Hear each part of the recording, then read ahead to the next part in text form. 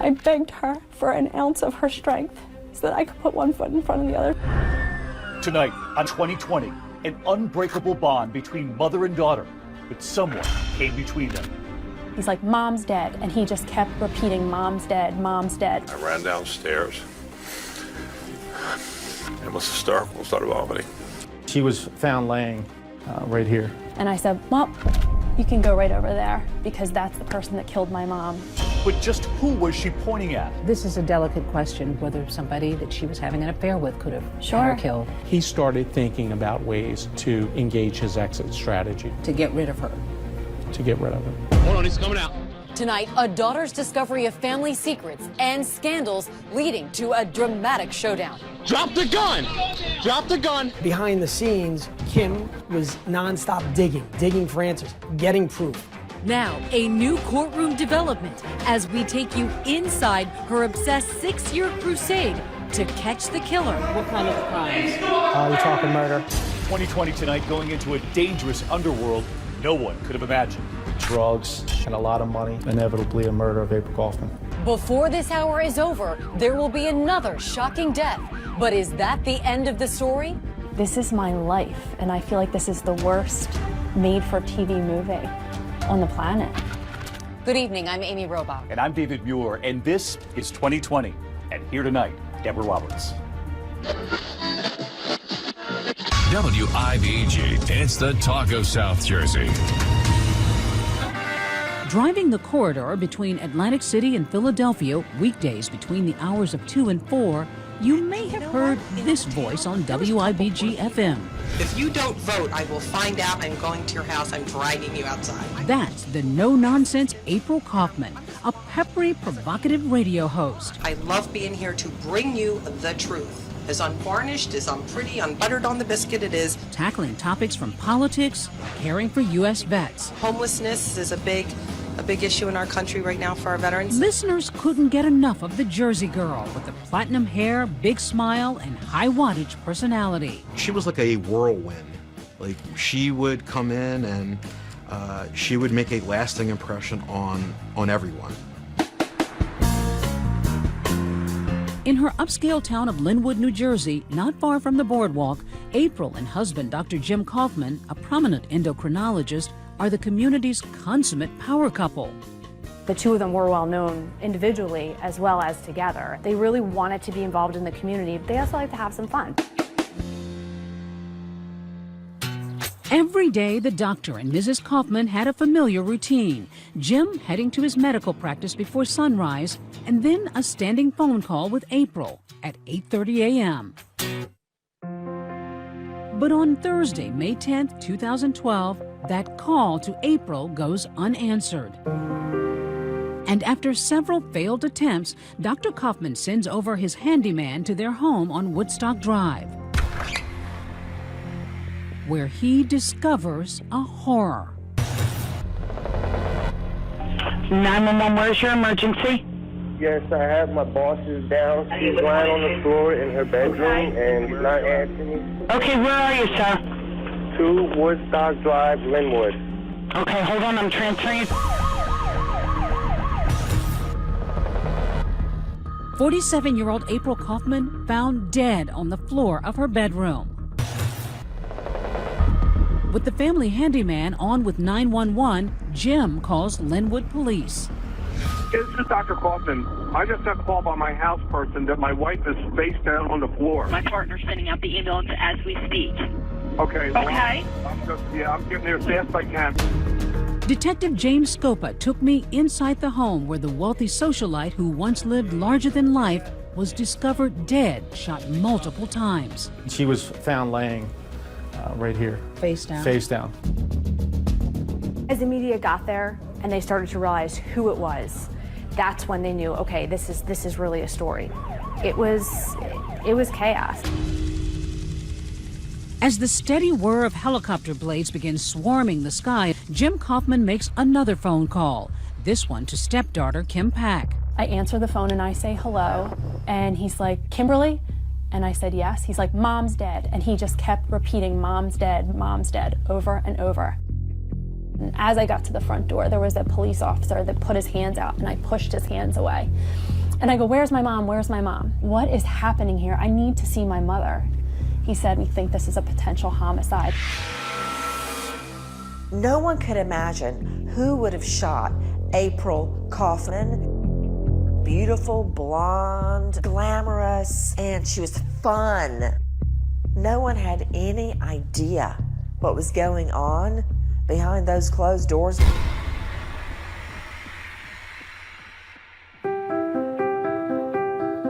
She made everybody feel like they were her best friend. Didn't matter who they were, the checkout, the parking lot cart guy, you know, "Hey beautiful, hey handsome, how you doing today?"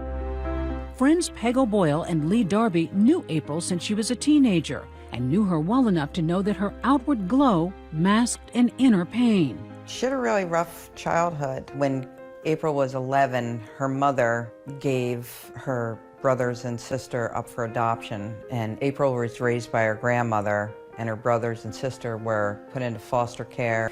You know, I think she had her thirst for being, you know, feeling loved. She just wanted to be loved. She would discover unconditional love at 17 when she gave birth to Kim with her first husband. She was an incredible mom. She seemed to just instinctively know what to do. She always spoke to Kimberly like a little adult, and we used to call her Agnes, Agnes Beeswax, because she was this little old soul. April just wanted the best for her and gave her the best that she possibly could. You know, she worked hard. April dropped out of school when she became pregnant, but she got her GED. She clawed her way back. She opened a salon, a catering business, a cafe, a charity worker. But while April worked hard, she played hard too. She liked motorcycles and fast cars? She did. When she got her first motorcycle, she said, "I'll give you $300 to get on the back of my motorcycle." And I was like, "No way." My feet are on the ground, and she would be like, "All right, $500. And I'm like, "No, I'm not getting on the back of your motorcycle." Just the need for speed, and wasn't afraid. After 2 failed marriages, she meets Dr. Jim Kaufman. Friends and family say the wild child finally had found her match. He drives a Harley, he's smoking cigars, he's a Green Beret in the military, a doctor. In fact, this caricature sketched for Jim's 60th birthday seems to sum up the couple's life. There's April, the buxom Jersey girl, overshadowed by her larger-than-life new husband, who's prominently depicted with a gun, big cigar, and something else, military tattoos. Conditions. There were 2 rules to this interview. 1, you can never ask my mother about this, anything pertaining to this interview. And 2, you have to destroy the tape when you're finished. That's a little mysterious. Yeah, but you know, I just thought out of respect, this is what he's asking. He talks about how motivated to mount a campaign, using her radio voice to demand quality health care for veterans. This was such a big issue that affected our veterans and our state, our country. So I will thank my husband for a lot of the things that I've learned over the years. April felt that veterans should be treated like rock stars. So how did this fierce and loved advocate for casualties of war become a casualty herself? Kim has an idea and approaches investigators with a shocking declaration. as I made my way out into the cul-de-sac, I look up in the air and there's all these news choppers flying up above. And I said, well, you can go right over there because that's the person that killed my mom. Stay with us.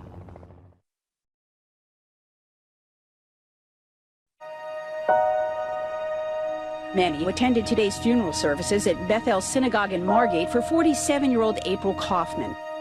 Mother's Day 2012, the town of Linwood, New Jersey turns out for one of its own, complete with a cortege of veterans leading their champion, April Kaufman, to her final resting place. The well-known local radio host, who was shot multiple times and discovered dead in her Linwood home last Thursday. It was like a state procession for April Kaufman. No one could believe what had happened. She just was so caring, so compassionate. She just was an inspiration to everybody. The loss heaviest for April's daughter, Kim. I miss her calling me nonstop, all the time. I miss her laugh. I miss her smile. I miss her infinite wisdom, because she really was my rock. After the mourning came the murmuring. Sometimes talk is cheap, even in wealthy towns. This is a delicate question, but there were questions about whether your mom was having affairs. You know, they had a very unhealthy relationship, the both of them. And I will just say that there were indiscretions on both sides of the fence. And I'll leave it at that. Did it concern you that maybe somebody that she had been involved with could have killed her? No, but I certainly provided those people's names to the police, and I allowed them to do their due diligence. While the community is in shock and awash in rumor and innuendo, listen to this, April's final radio broadcast, where she sounds like a woman who thinks her days are numbered. And my bottom line is, if nothing else, of my legacy of leaving, a really beautiful daughter and 2 grandchildren on this planet, I really hope to God that people, hey, I could get a flyover at my funeral now. You listen back to that and you think, did she have a premonition? It's kind of like she was trying to tell us something, I believe. In those early days after her mom's death, there's one thing gnawing at Kim. One person she's curiously not getting consolation from? Her stepdad, Dr. Jim Kaufman. Dr. James Kaufman was a very well-respected and well-regarded member of this community. But to Kim, stepfather Jim was a very different person. He was very cold to me, always kept me at an arm's length. Literally. Just look at the pained body language in this video taken on Kim's wedding day. 1, 2, and 3. Here we go. Take a close look. He steps into the scene. He smiles one time for the camera to flash. Then he goes back to a very taciturn demeanor and steps out. No hugging, no kissing, no warmth, nothing. You would be in the dining room, I would be talking to my mom, and he would come and turn the lights off and just walk out of the room. He controlled her cash flow and yes. how much money she could spend? Oh, yes. And sometimes even calling her, who are you with? Where are you?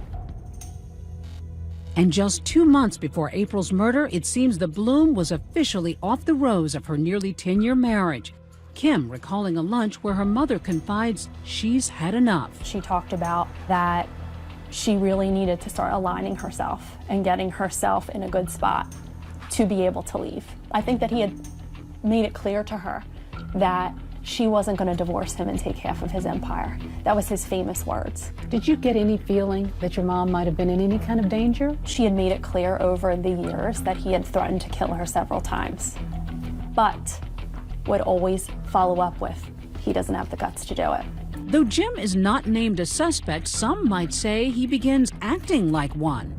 Within days of April's body being found, Jim hires a lawyer. Not only a lawyer, but the lawyer, a mob lawyer. Ed Jacobs, one of the biggest legal names in Atlantic County. He's even defended Bill Cosby in one of his sex assault accusations. He loves defending high-profile criminal cases. His walls in his office are covered with news clips of himself. One possible reason he's not named a suspect? He's got an airtight alibi. That's him entering a local convenience store around the same time his wife is being gunned down. Authorities are not releasing details, but it appears that Kaufman's shooting death was not random. I meet him in a restaurant, and he says to me, let me tell you something. I have a very good attorney, and I'd been advised to not speak to anybody about this. He's like, you might need to really start to realize that this is never going to be solved. And I said, well, I'm not going to realize that. I said, because I will never stop finding out. And I walked away, and I never spoke to him ever again. As the months drag on, Kim says the only cold shoulder icier than Jim's is the one she's getting from then Atlantic County prosecutor Jim McClain. I had several meetings with him, and he would just say it was active and open and not really say much more. Did you get the impression that he was determined to get to the bottom of this? No. Then, on the one-year anniversary of April's murder, many turn out for a candlelight vigil, including so many vets she made her cause. Noticeably absent, Dr. Jim Kaufman. he marks the milestone another way. We discovered that he was getting ready to auction off all of April's belongings and hadn't given anything to Kim. How crushing was that for you? Beyond, because the things that I asked for that belonged to my mother were family heirlooms or possibly Disney coffee mugs. With her mother and all those mementos lost, Kim tries to adjust to a new normal while raising her 2 young sons and holding down her job as a pharmaceutical sales rep. Marching through every single day, waking up with another day of hopelessness while trying to keep that glimmer of hope alive is a very tricky thing to do. Yet while life for Kim seems hopelessly on pause, for Jim Kaufman, it's full speed ahead. Just 15 months after his wife's murder, he ties the knot again. He remarries Carol Weintraub. When did that start? Now, the version we've gotten is that they started dating after April was found murdered. Now that's some romance. April's friends and family were devastated, and they felt like it was a slap in the face, but the people who support Jim Kaufman say, you know, he's a widow, and he's moving on with his life. But Dr. Kaufman's next move sets off a chain of events that pushes Kim out of limbo. He went after my mom's life insurance policy. And your reaction? No way. Because you know what? This was my only attempt to maybe be able to get some answers, and the truth maybe would start to come out. Now it's Kim's turn to lawyer up. Believing Jim is the killer, she files a wrongful death suit against her stepdad to keep him from getting her mom's $600,000 life insurance policy. I have no choice to respond and to begin to fight for what I know is right. The most significant kind of civil lawsuit you can have is a wrongful death case. Coming up, a daughter undaunted, and the dynamic duo attorneys she hires begin digging into the case, and what they say they uncover is shocking. We were talking to people that were critical witnesses to us that had not spoken to the prosecutor's office. And their chance to grill the grieving good doctor. He was under oath in a civil deposition. They could ask him anything. Next.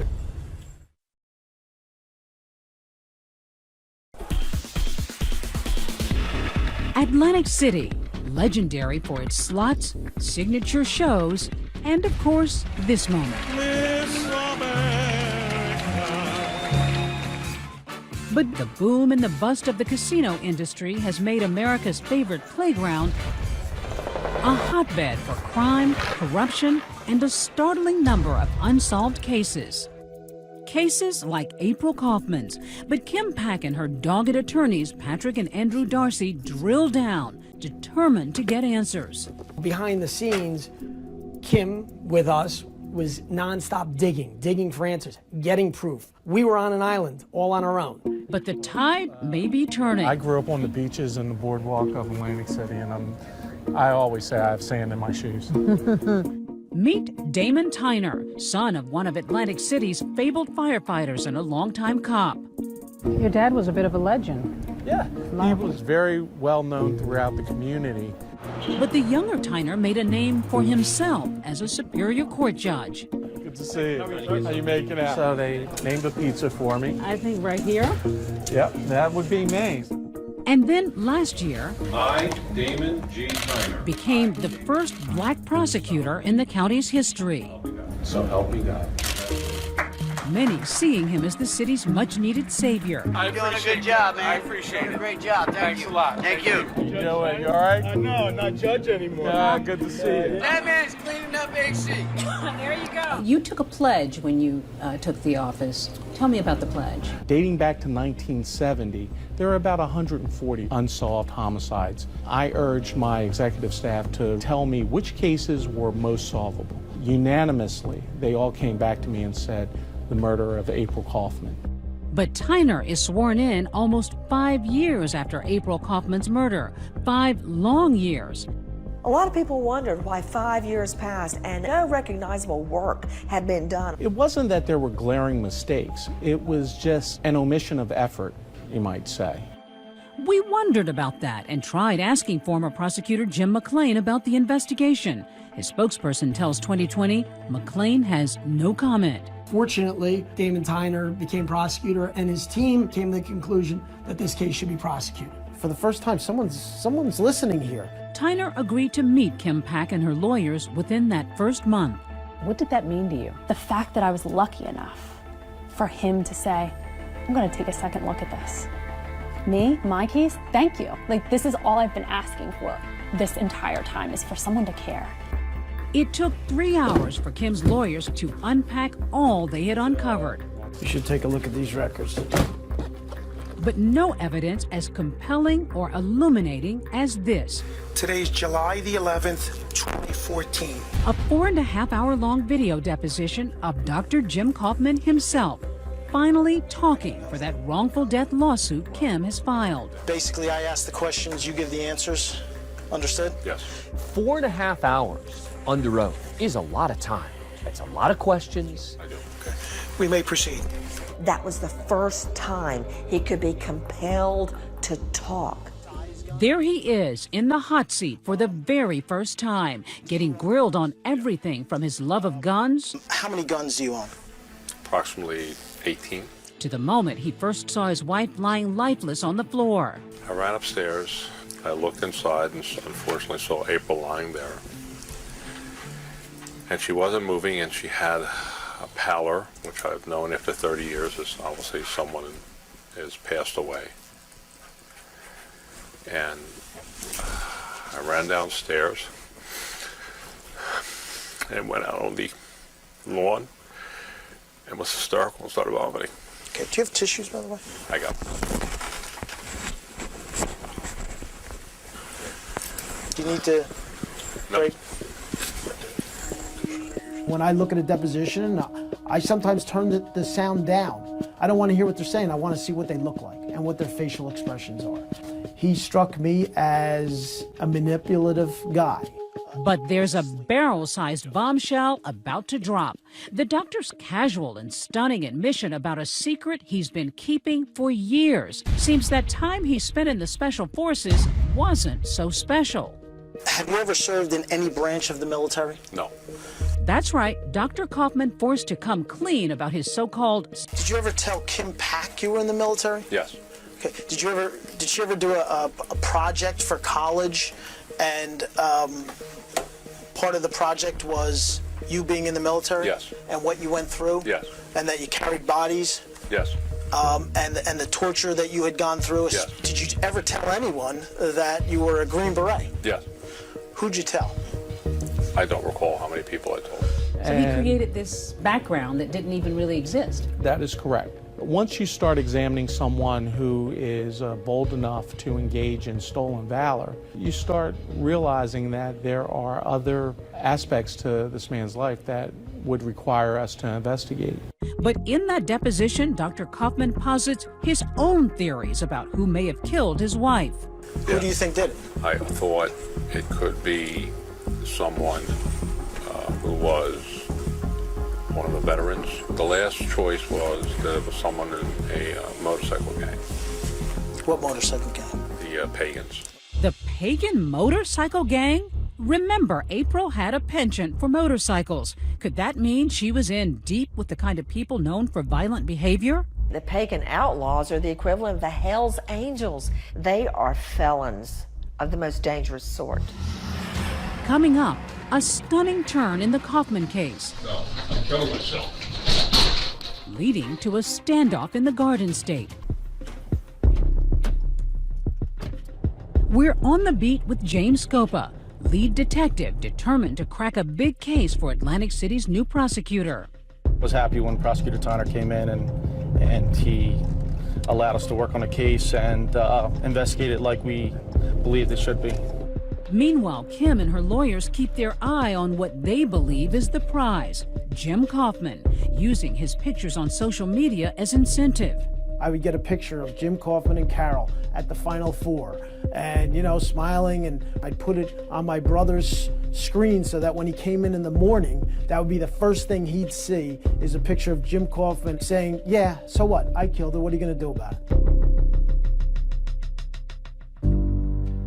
But there's an unexpected canary in Kaufman's coal mine. It's coming in the form of a tip from the FBI. The feds believe Kaufman may be involved in another unrelated crime. Lo and behold, another investigation related to insurance fraud, his role as a doctor, comes up. Investigators get a warrant to search his office. So they show up at Kaufman's clinic just to look at his records. On June 13th, 2017, we attempted to serve a search warrant at Dr. Kaufman's office here. Within minutes, it's clear this will not be a routine visit. Detective Scope with the prosecutor's office under the last week. Stay right here for me. Keep your hands off. No.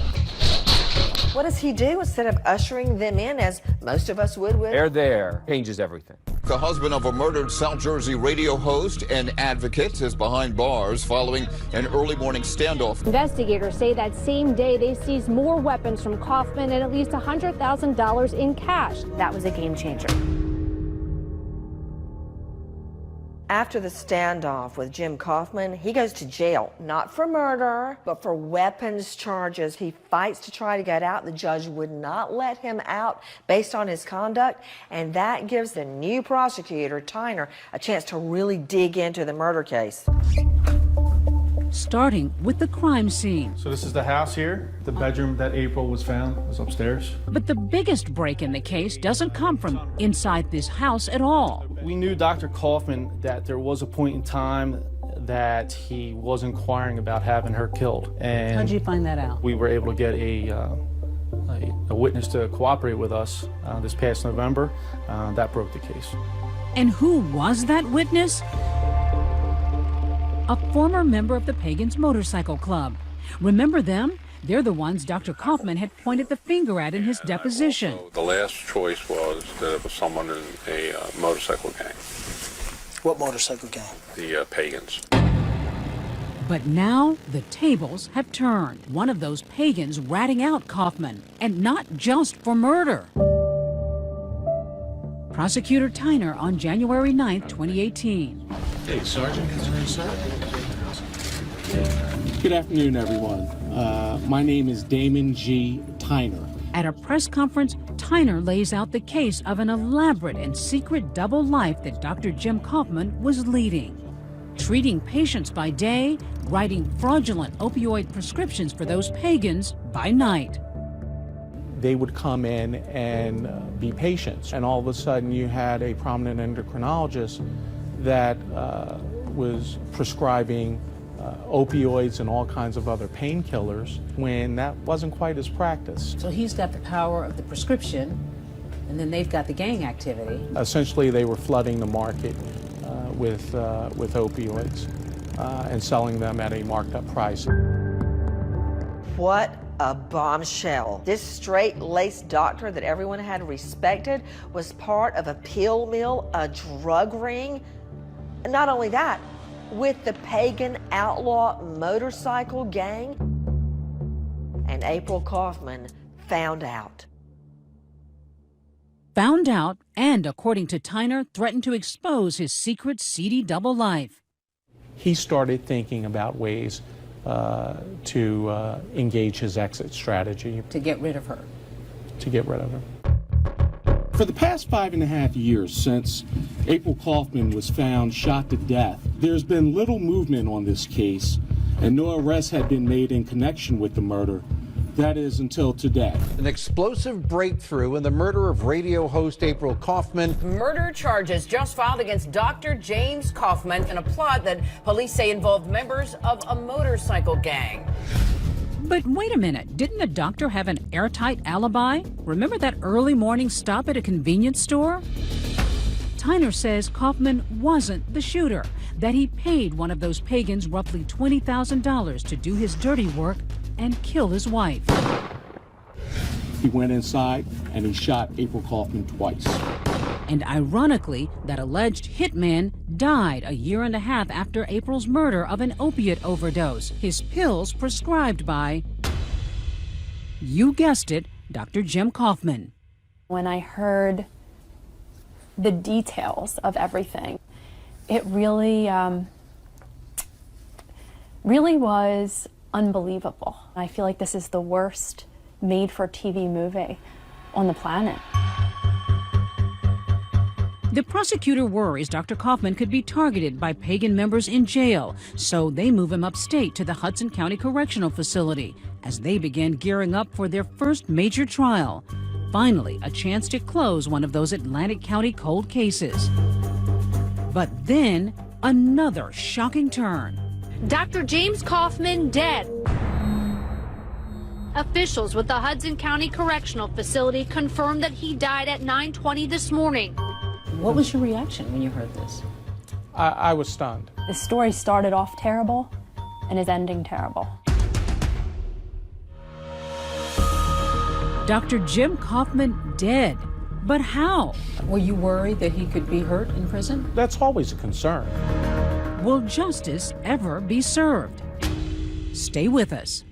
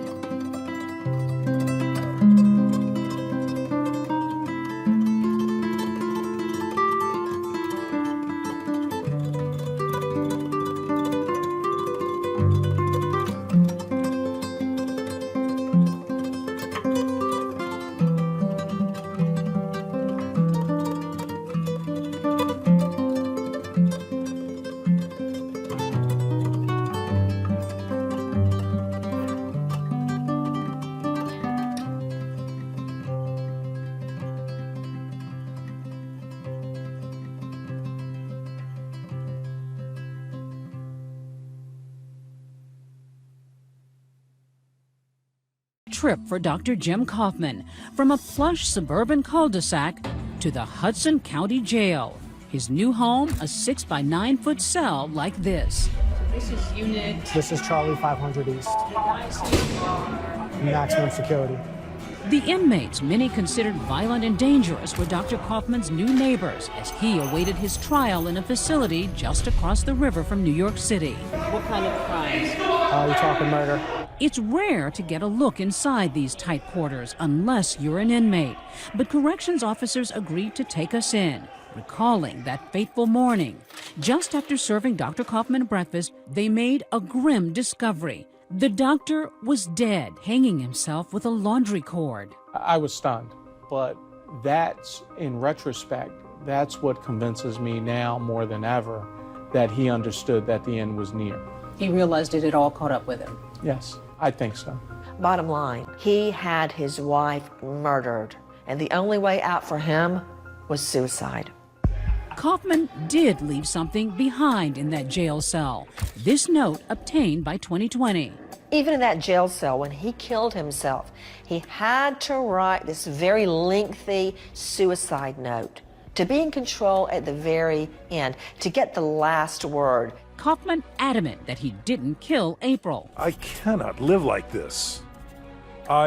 No matter what anybody says, did not do anything to my wife. This 6-page suicide note is bizarre. Throughout the note, he quotes Latin, including phrases that Roman gladiators would say to the emperor before they fought in the Colosseum. Really? His final words do add a surprisingly new angle to the sordid saga. April came to me and said, would I like to go to a motorcycle rally to meet some of her friends? I was slightly shocked, to say the least, that they had the colors of pagans. The most important thing that Jim Kaufman wants people to take away from this note is, I didn't kill April. She introduced me to this outlaw gang. I was prescribing pills. They then got aggressive with me. They then started threatening me. And they're the ones who killed April. Were you able to determine whether April had any involvement with either the gang or the pill mill? Our investigation at the time did not lead us to believe that she had any involvement. I believe that at some point she became aware of it. I think ultimately that's the reason why she was killed. But dead men tell no tales, at least not in court. And with both that alleged hitman and Jim Kaufman deceased, Tyner's last call for justice would rest with the case against the accused pagan ringleader, who he believes conspired with Kaufman to kill April. Just weeks ago, that case unfolded in a New Jersey courtroom, Freddie Augello on trial. It took a jury less than 2 hours to find Augello guilty of all counts in connection with the murder of April Kaufman. A painful conclusion for a grieving daughter, yet a measure of solace. Kim Pack may finally find the justice she's been seeking for years. Why do you think this case wasn't solved 6 years ago? I don't know, that's the million-dollar question. But what I do know is that I was blessed and granted the ability to have peace in my life for the first time in 6 years by a man with determination and that believed in my story. And that is Damon Tyner, and I am forever grateful to that man.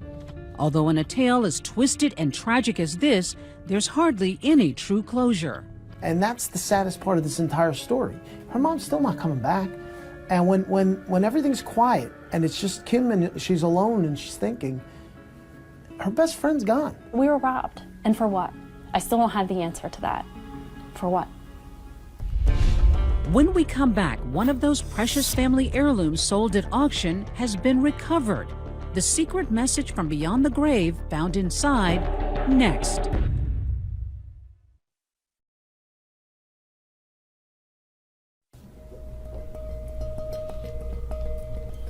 Kim Pack doesn't just resemble her mom, she's inherited the same passion that made April Kaufman so beloved. She's like a pit bull. She is. She latches on and she's not letting go until she gets what she's looking for. She's a mini April. There's been dark days. very dark days where I just didn't know how I was going to do this. But I knew that I needed to stand up. This story needed to be told. But in that darkness, something special. Remember when Jim sold off all of April's belongings? Turns out Lee Darby and Peg O'Boyle, dubbing themselves April's Angels, swooped in. These women got together and they were on the phone calling people, raising money to be able to buy back things that belonged to my mother. So that's how you got the last remnants of your mom's things? Yes. And my mom collected these little Limoges things, and this was the first item that I touched from the auction. And inside this note, it says, "To Kimberly, from Mom. Whenever you look at this, you know you're always loved. You're so special. Best wishes for the rest of your life." And you had no idea that note was there? No, and I feel like this was meant to be. I feel like I was meant to have this. I keep this by my bed.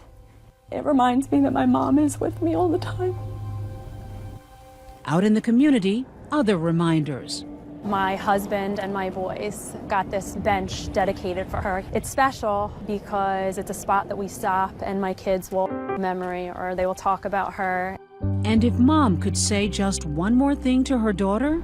I think she would say to me now, you can breathe, you can go on and live, you don't have to be sad anymore. And thank you for fighting.